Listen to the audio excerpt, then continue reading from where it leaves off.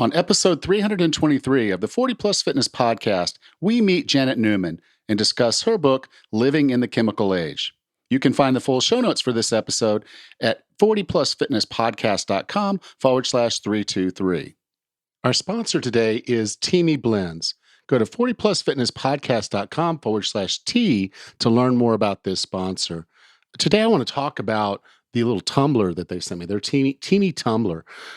This is a small little tumbler, but it really has a lot of utility. I've been kind of surprised with it.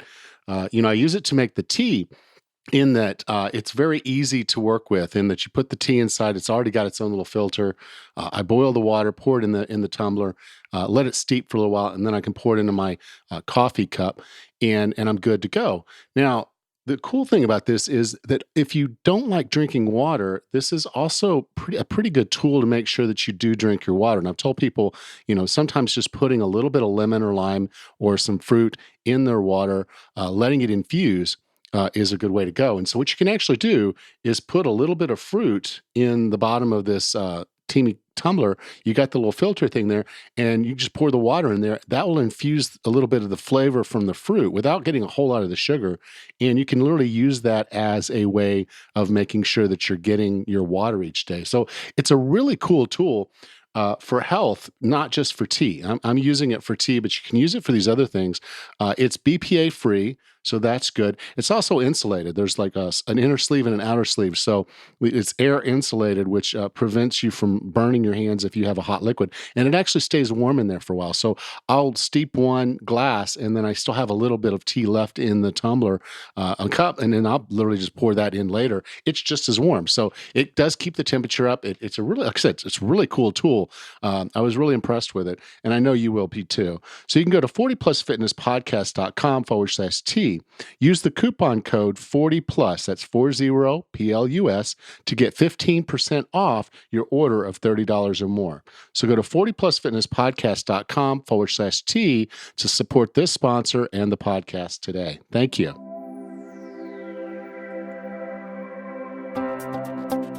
Have you decided you're ready to make a change? To reclaim your health and fitness? The 40 Plus Fitness Podcast is here for you. I'm your host, Alan Meisner. I'm an NSAM certified personal trainer with a specialization in corrective exercise and fitness nutrition. Let me be your coach as you find your way on your health and fitness journey. All right, let's go. Our guest today is a consultant based in Austin, Texas. Her longtime interest in health and nutrition has led her to explore the damage that hidden environmental toxins can do and to discover ways to reduce or eliminate their impact. She has a PhD in psychology and a master's degree in social work. She is Janet Newman. Janet, welcome to 40 Plus Fitness. Thank you so much, Alan. It's great to be here. So your book is Living in the Chemical Age. And, I think it's something that I'm always kind of just vaguely aware of, kind of in the, back of my head. It's like, is this the best thing for me? And, how am I doing this? Or am I doing the right thing here? And your book really is a good primer, I think, for someone that is beginning to think about these things and how they can go about cleaning up their lives and trying to get some of these chemicals out of our life rather than just constantly be dealing with the toxic issues that we have. Because both you and your husband had suffered from some of these problems. And that's, I guess, kind of what got you really interested in writing the book. Yes, that's true. I always was aware of what I ate and really tried to be health conscious pretty much, from my young adulthood on. But I wasn't really aware of all of the toxins that we're bombarded with on a daily basis. And it wasn't until I started having some of my own health challenges in my early 40s that really started getting me on that track of what is it that's in our food and in our water and in our personal care products that might be causing some of these issues. Yeah, I like how in the book you kind of came up with, you put the whole concept that our body is kind of like a silo. And as we just continue to pile on these different chemical exposures, that there's a cumulative impact. Can you talk a little bit about that? Yes, I can. So, I use the description of a silo because I think it's from my upbringing. I grew up in Michigan, and although I wasn't in a rural setting, I did see grain silos periodically. And for me, when I think of the body's immune system, if you will, and all of the toxins that are accumulating, it's easy for me to imagine a cylinder or a grain silo, if you will, that has different layers of these chemicals filling it up. And I believe that if we take in more than we're able to excrete, then those just keep piling up and up and up until it gets to the top. And that's when we usually see some kind of disease or even just troublesome symptoms that start to appear when our body can't tolerate anymore and it just starts rebelling, if you will. It tells us that there's a problem, and it could manifest itself in many different ways, from skin eruptions to headaches to inflammation. I just think that, most of these chemicals that we're being exposed to are man-made. They didn't exist before the industrial age, or maybe 100 years ago. So I don't think that our bodies have had an evolutionary chance to really adapt to all of these chemicals.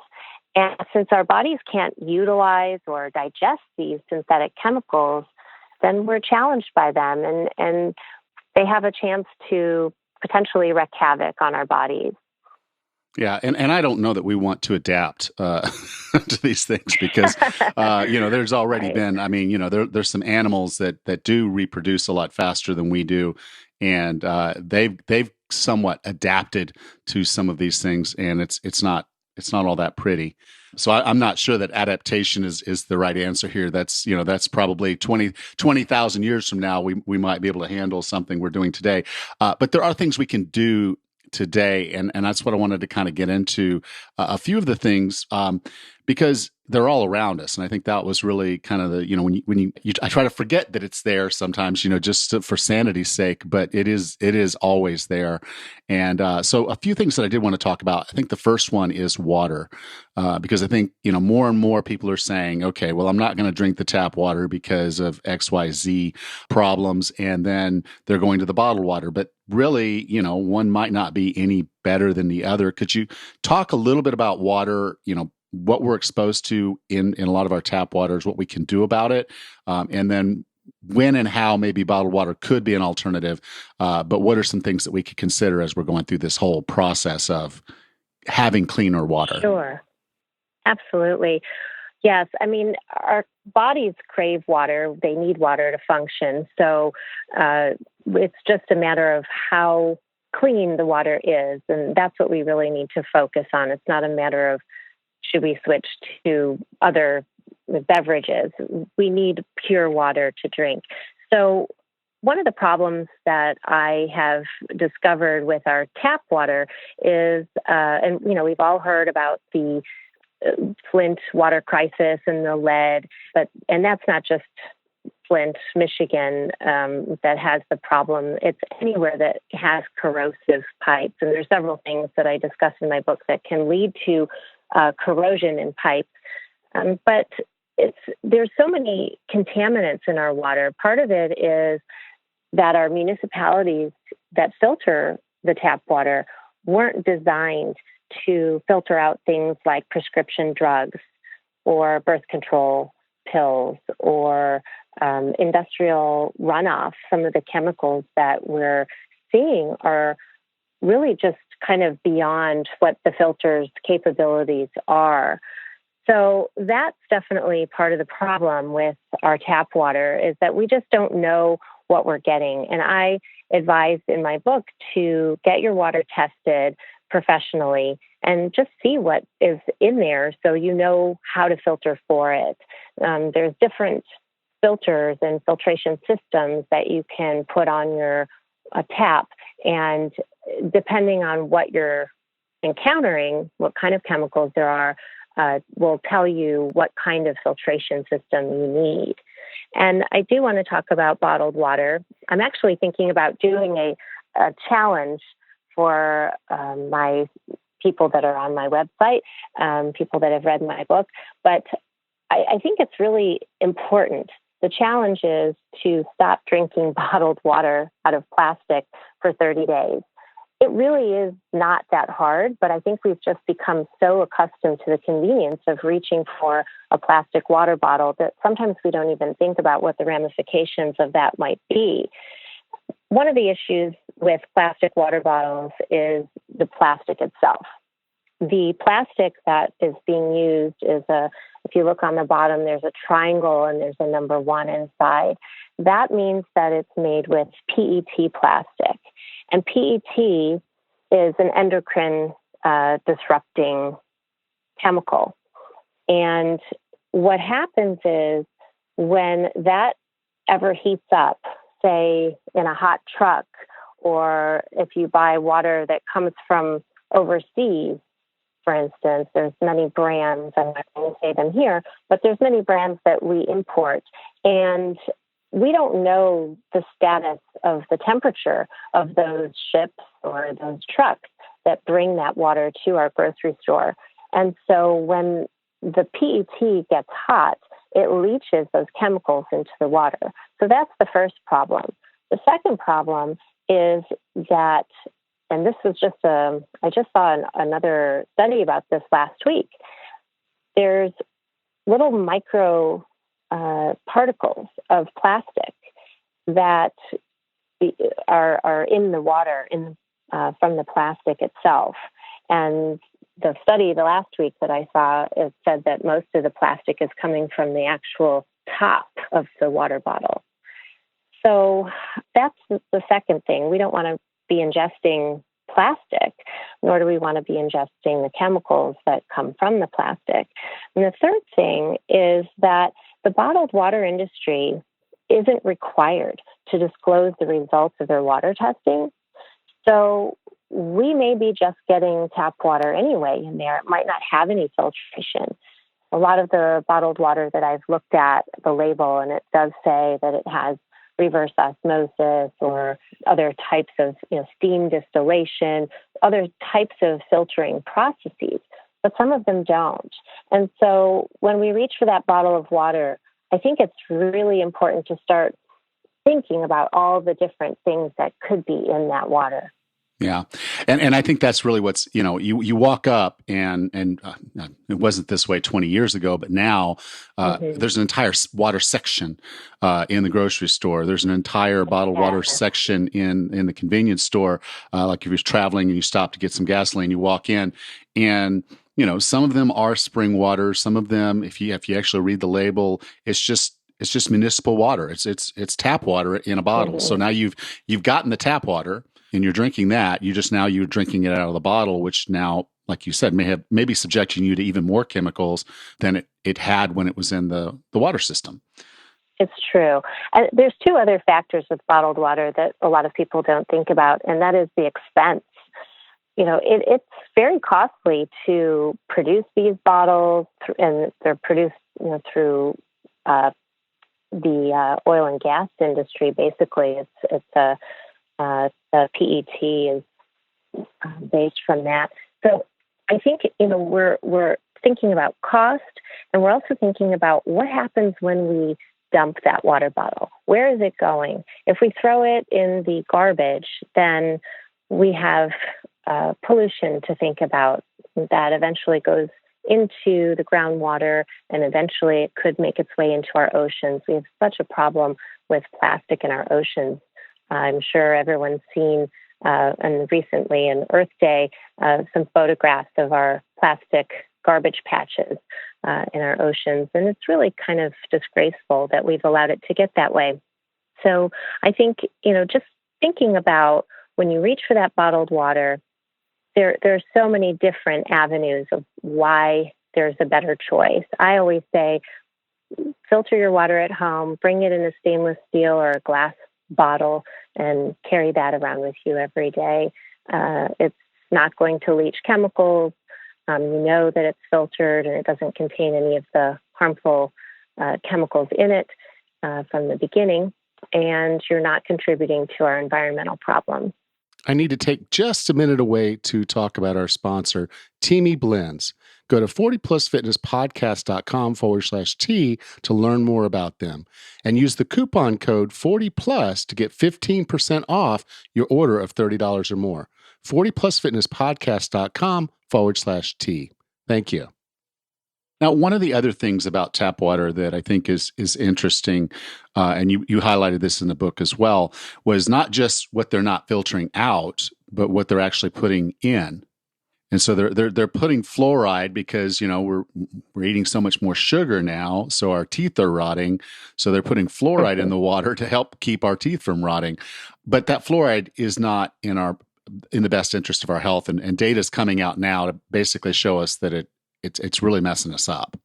Yes, I think that in the 1940s, there was a study that showed that people who lived near certain types of rocks called calcium fluoride had really great teeth. And unfortunately, the type of fluoride that we're putting in our water now is not calcium fluoride, it's sodium fluoride.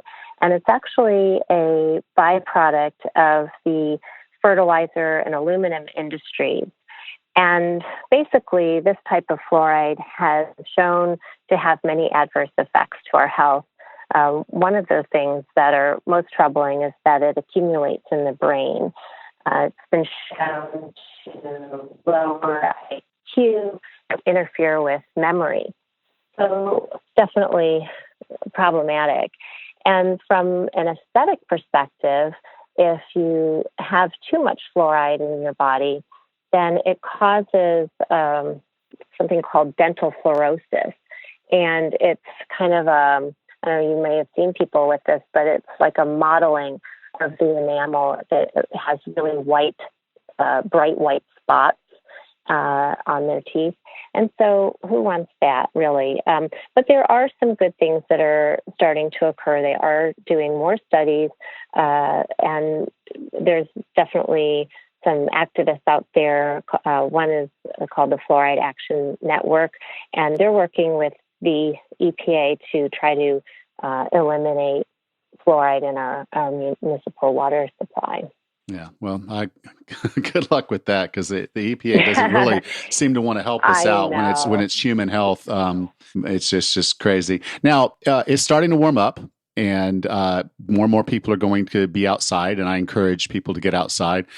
So they're going to want to probably apply some sunscreen. And you had a very interesting story. You were basically looking for a particular type of sunscreen that had zinc in it rather than some of the other chemicals that they might use.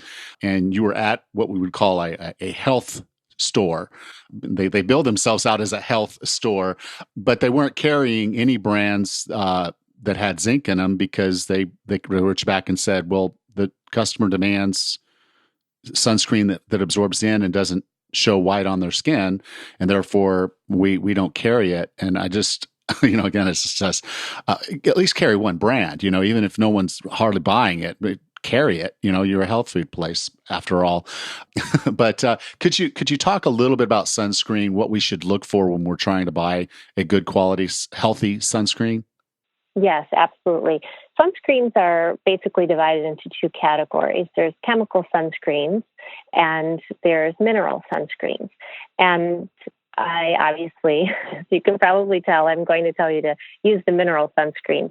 The chemical ones, a lot of them have been banned in other countries, which is also, makes you kind of sit up and take notice. Why hasn't the United States banned those? But they've been shown to cause free radical damage.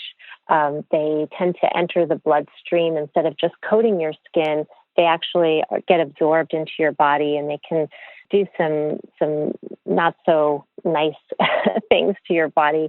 And it also is linked to the bleaching of coral reefs. So if you're going on a vacation where there's scuba diving or anything like that, just know that you could be potentially harming the environment as well. So I like to stick to products that have zinc oxide in them. Titanium dioxide is another mineral sunscreen. It's the only other mineral sunscreen. And there's been a few studies lately, actually, since this book has been written, where it shows that titanium dioxide may cause some issues to be concerned about as well. But that's primarily when they're in nanoparticle form. And what I mean by that is when the particles are so small that they can be sprayed as opposed to applied like in a cream or a gel kind of formulation. And so because they're so small, they tend to get absorbed into your skin as well. And there's some speculation that can cause damage. So what I like to say is that anything with zinc oxide is definitely safe. It stays on top of the skin. And they're starting to create formulas that aren't nanoparticle size, but they're not going to be as white and pasty looking as they used to be. And I always think of, when I think of zinc oxide, I think of those pictures in the 50s of surfers with the big white stripe on their nose. It's not as bright as that anymore. But yeah, I think that sticking with mineral sunscreens are definitely going to be your safest bet. Okay, cool. Well, I was sitting on my balcony this morning, and typically the wind blows well enough here that I don't have to deal with mosquitoes too much. But I guess it wasn't blowing enough this morning, so I'm sitting outside, and the mosquitoes are having a nice feast, breakfast on Ellen. So, I don't typically wear insect repellent at all. I have on occasion when I know I'm going someplace. Particularly, I've had some travels to Africa, and that's not a place you necessarily want to play around with mosquitoes. So, if we're looking for an insect repellent, what are some things that we should consider and be looking for with that? Good question. So a lot of people reach for the heaviest possible insecticide that they can find, carrying DEET. And DEET, I have to tell you, is a little stronger than you want to put on your body. It was formulated for World War II soldiers that were in jungle-like conditions to prevent malaria. But honestly, it is so strong and toxic that it can melt synthetic fibers. It can damage paint. And I just think that if it's something that strong, you really don't want to put it on your body. DEET has been shown to absorb through the skin, and it gets excreted through your kidneys. And who knows what it's doing from point of entry to point of exit. I personally wouldn't want something that can melt synthetic fabric being put into my body. So, the EPA says it's safe, of course, and there's lots of products on the market that contain DEET, but I just don't think we need something that strong. If you're going to Africa or somewhere where there are a lot of mosquitoes and you're bushwhacking through, the rainforest or something, then there's something called picaridin. And picaridin is derived from black pepper, and it is super, super effective. In studies, they show that it's as effective as DEET, and it's not going to have any of the safety risks like DEET does. So my husband just went to Africa last summer, and he used picaridin, and he had amazing success with that. He didn't get bit once. So if you really need something strong and effective, I would suggest looking for picaridin. Now, if you're just in the backyard or your kids are out playing, I would use something that has oil of lemon eucalyptus, because that is one of the only plant-based insect repellents that have been approved by the CDC to be super effective.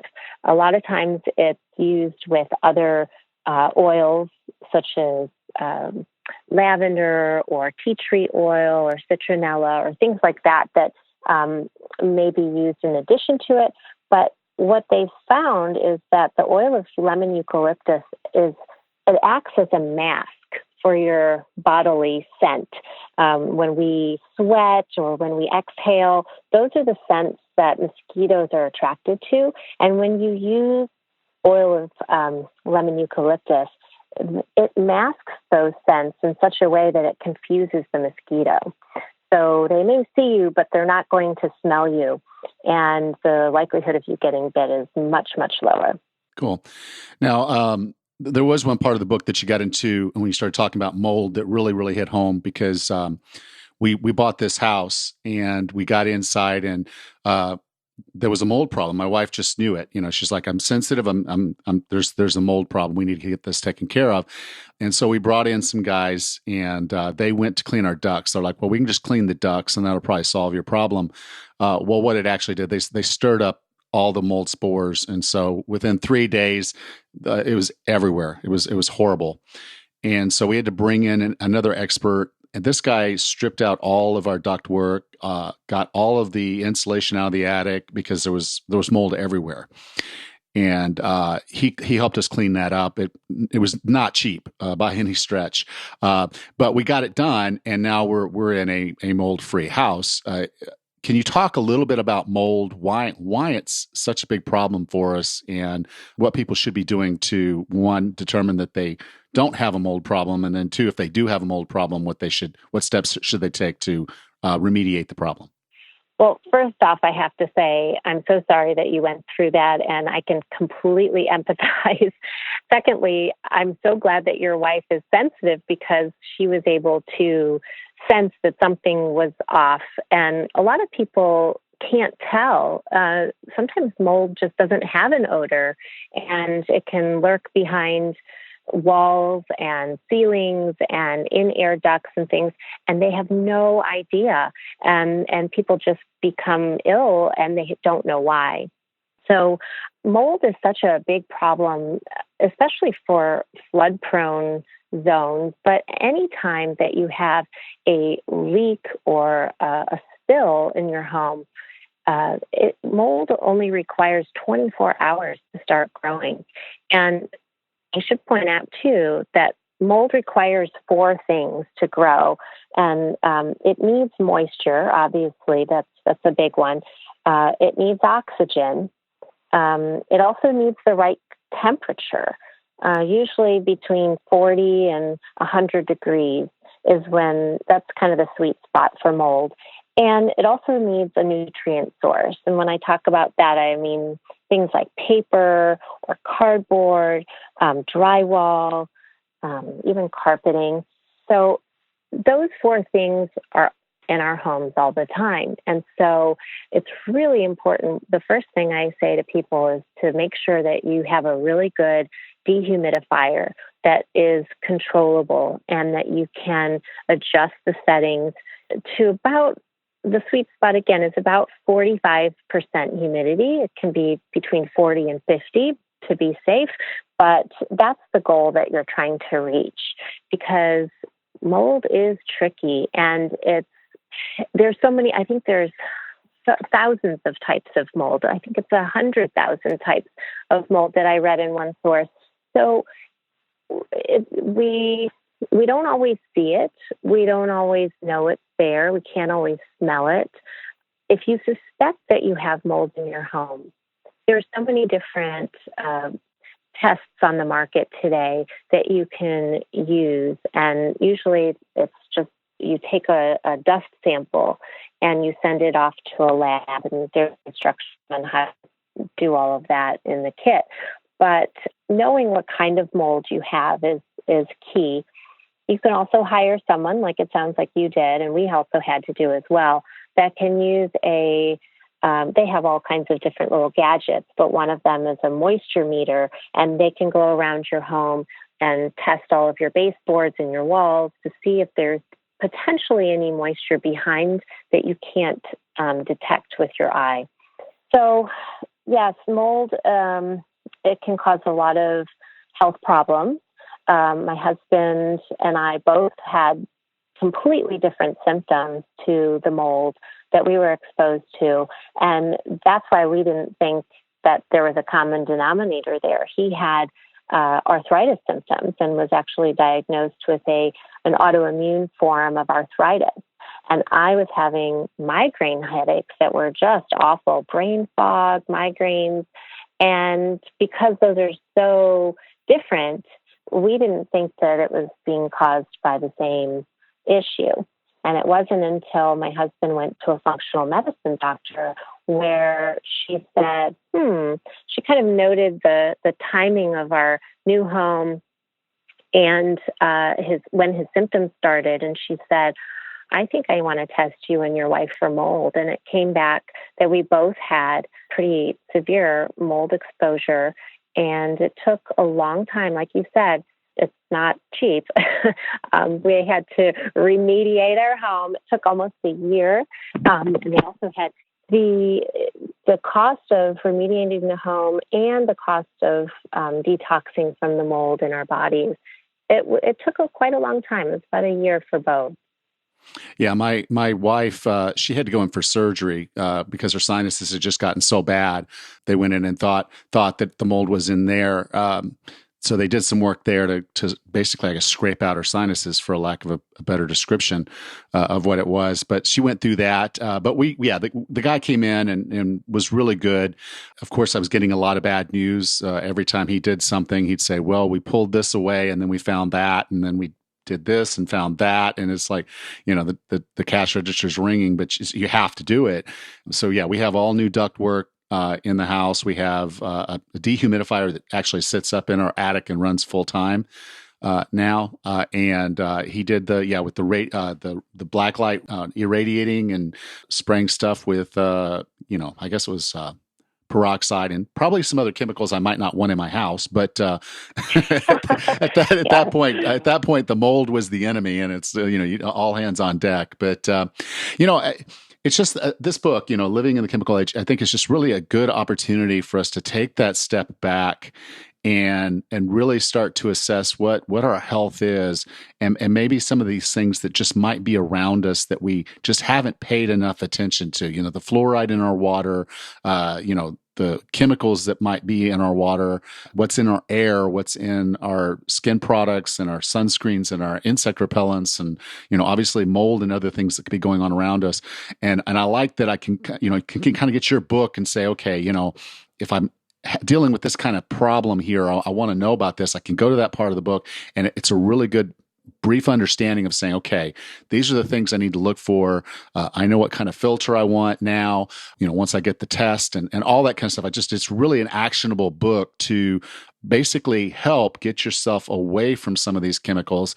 I don't think anyone can ever be completely chemical free.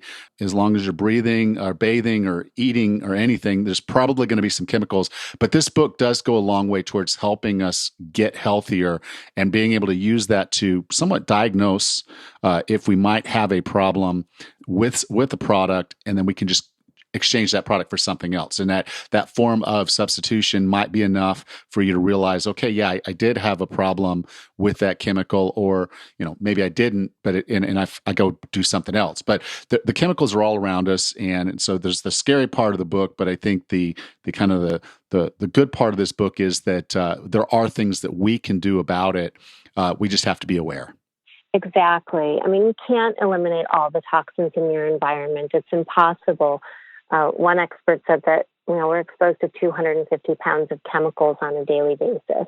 So it's impossible. They're everywhere at this point in our lives. But you can definitely do a lot of things to reduce your exposure and to reduce that toxic burden in your silo. So, yeah, I try to do a lot of, give a lot of helpful tips and resources for people so that it's not so scary and people feel empowered that they can actually make healthier choices and really take control of their own health. Yeah. So I'm glad you liked it. I did. If someone wanted to learn more about you, learn more about the book, where would you like for me to send them? Sure. Well, you can go to my website. It's called livinginthechemicalige.com. I'm also on Instagram and Twitter, and my book is available on Amazon. So, yeah, there's lots of different ways to find me. All right. Well, this is episode 323. So you can go to 40plusfitnesspodcast.com/323, and I'll be sure to have links there to the resources that Janet just mentioned. So again, Janet, thank you so much for being a part of 40 Plus Fitness. Thank you, Alan. It's been wonderful. Thank you so much.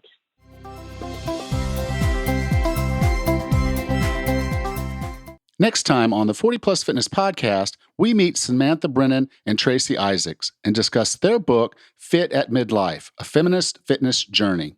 Until then, have a happy and healthy day.